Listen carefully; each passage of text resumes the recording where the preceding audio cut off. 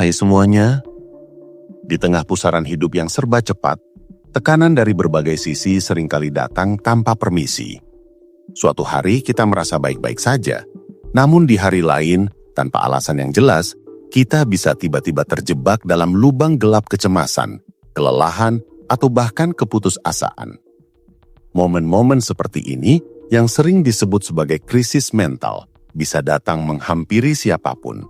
Bukan hanya mereka yang memiliki diagnosis klinis, tetapi juga kita semua yang sedang berjuang meniti jalan hidup. Krisis ini bukan berarti kita lemah atau tidak bisa mengatasi masalah. Sebaliknya, itu adalah sinyal bahwa kita perlu berhenti sejenak, menarik nafas, dan memberikan perhatian ekstra pada diri kita sendiri. Layaknya bencana alam yang tidak bisa diprediksi, krisis mental juga memerlukan persiapan. Kita mungkin tidak bisa menghentikannya, tapi kita bisa bersiap menghadapinya. Persiapan ini bisa diibaratkan seperti menyiapkan koper darurat mental yang berisi 5 barang esensial yang dapat membantu kita menenangkan diri, memulihkan energi, dan menemukan jalan keluar saat badai emosi datang. Membayangkan sebuah koper darurat mental mungkin terdengar aneh, tapi ini adalah metafora yang kuat untuk sebuah strategi praktis. Koper ini bukan koper fisik yang berat, melainkan sebuah daftar berisi alat-alat sederhana yang bisa kita andalkan. Barang pertama yang wajib ada di dalam koper darurat mental kita adalah buku harian atau jurnal. Buku harian ini bukanlah sekedar buku kosong untuk mencatat kegiatan sehari-hari. Ini adalah ruang aman untuk menumpahkan segala isi pikiran, tanpa sensor dan tanpa perlu merasa dihakimi. Saat krisis melanda, pikiran kita seringkali terasa seperti benang kusut yang sulit diurai. Ada banyak suara di kepala, kekhawatiran yang menumpuk, dan perasaan yang campur aduk. Menulis adalah cara paling efektif untuk mengubah kekacauan ini menjadi sesuatu yang terstruktur. Ketika kita menulis, kita memaksa diri untuk mengartikulasikan apa yang kita rasakan. Kita bisa menuliskan ketakutan terbesar, kekecewaan terdalam, atau bahkan kemarahan yang membara. Tidak perlu khawatir tentang tata bahasa yang benar atau ejaan yang sempurna. Yang terpenting adalah kejujuran. Proses menulis ini membantu kita melepaskan beban emosional. Setelah semua pikiran tertuang di atas kertas, seringkali kita akan merasa lebih ringan. Selain itu, dengan membaca kembali tulisan kita bisa melihat pola-pola tertentu dalam pikiran atau perasaan kita. Kita bisa menyadari pemicu-pemicu krisis, dan dengan kesadaran itu, kita jadi lebih mudah untuk mencari solusi. Buku harian ini berfungsi sebagai cermin yang membantu kita melihat diri kita lebih jelas. Sebuah peta yang menunjukkan di mana kita berada saat ini dan kemana kita ingin pergi. Barang kedua, yang tak kalah penting, adalah daftar kontak orang terpercaya. Di saat krisis, salah satu hal terburuk yang bisa kita lakukan adalah mengisolasi diri. Insting kita mungkin menyuruh kita untuk menjauh dari semua orang, bersembunyi di balik selimut, dan membiarkan diri tenggelam dalam kesedihan. Namun justru pada saat itulah, kita paling membutuhkan dukungan orang lain. Daftar kontak ini bukan sekedar deretan nama dan nomor telepon, melainkan sebuah pengingat bahwa kita tidak sendirian.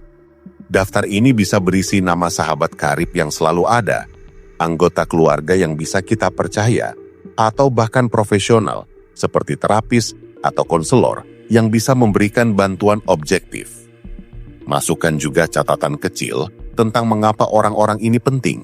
Misalnya, Andi selalu mendengarkan tanpa menghakimi, atau Bibi Lita bisa diajak bicara tentang apa saja.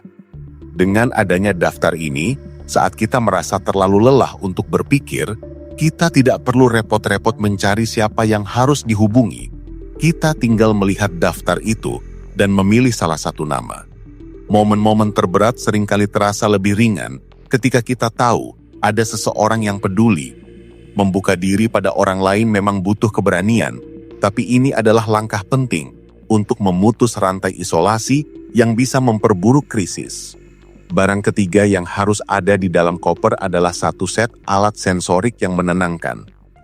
Krisis mental seringkali membuat kita merasa kewalahan, seolah-olah semua indera kita diserbu oleh sensasi yang tidak menyenangkan. Pikiran kita kacau, detak jantung berpacu, dan nafas terasa berat. Saat itulah kita perlu kembali terhubung dengan realitas fisik melalui indera kita. Alat-alat sensorik ini bisa berupa apa saja yang memberikan kenyamanan dan ketenangan. Misalnya sebuah lilin beraroma lavender atau chamomile yang bisa menenangkan pikiran. Aroma tertentu punya kekuatan luar biasa untuk mempengaruhi suasana hati. Bisa juga sebuah playlist lagu-lagu santai yang bisa meredakan kecemasan, atau bahkan suara alam seperti gemericik air atau kicauan burung yang bisa diunduh dari internet. Sentuhan juga sangat penting. Barang-barang seperti selimut yang lembut, bantal yang empuk, atau bahkan fidget spinner bisa membantu mengalihkan perhatian dari pikiran negatif ke sensasi fisik yang lebih netral. Jangan lupakan juga indera perasa. Segelas teh hangat atau secangkir coklat hangat bisa memberikan rasa nyaman dan hangat dari dalam. Intinya, alat sensorik ini adalah cara sederhana untuk mengembalikan kita ke momen sekarang, menjauhkan kita dari kecemasan akan masa depan atau penyesalan akan masa lalu, dan membawa kita kembali ke tubuh kita sendiri. Barang keempat yang harus ada di dalam koper adalah daftar aktivitas yang membangkitkan semangat. Ketika krisis melanda, kita seringkali kehilangan motivasi untuk melakukan apapun. Bangun dari tempat tidur saja sudah terasa seperti perjuangan berat, apalagi melakukan sesuatu yang produktif atau menyenangkan. Oleh karena itu, memiliki daftar kegiatan yang bisa kita lakukan, bahkan saat kita tidak punya energi, adalah ide yang cemerlang. Daftar ini tidak perlu berisi hal-hal besar seperti liburan ke Bali atau maraton. Sebaliknya, isinya haruslah hal-hal kecil yang bisa dilakukan dengan mudah namun memiliki dampak positif pada suasana hati. Contohnya, mendengarkan podcast favorit selama 15 menit, menonton satu episode serial komedi, merawat tanaman di balkon, atau menggambar sesuatu di buku sketsa. Hal-hal sederhana ini adalah pengingat bahwa kita masih punya kemampuan untuk menciptakan kebahagiaan sekecil apapun itu. Saat kita merasa terjebak, memilih salah satu dari daftar ini dan melakukannya adalah langkah pertama untuk kembali bergerak. Melakukan aktivitas kecil ini seolah-olah kita sedang memberikan sinyal kepada otak kita bahwa masih ada hal baik di dunia ini. Daftar ini juga berfungsi sebagai pengingat tentang hobi atau minat yang pernah kita sukai, yang mungkin terlupakan saat kita sedang berjuang. Barang kelima, dan yang paling fundamental, adalah strategi self-compassion atau kasih sayang pada diri sendiri. Ini mungkin bukan barang fisik, tapi ini adalah fondasi dari semua yang lain. Saat krisis, kita cenderung menjadi kritikus terkejam bagi diri sendiri. Kita menyalahkan diri sendiri, merasa malu, dan berpikir bahwa kita tidak cukup kuat. Kasih sayang pada diri sendiri berarti memperlakukan diri kita sama baiknya dengan cara kita memperlakukan seorang sahabat yang sedang kesulitan.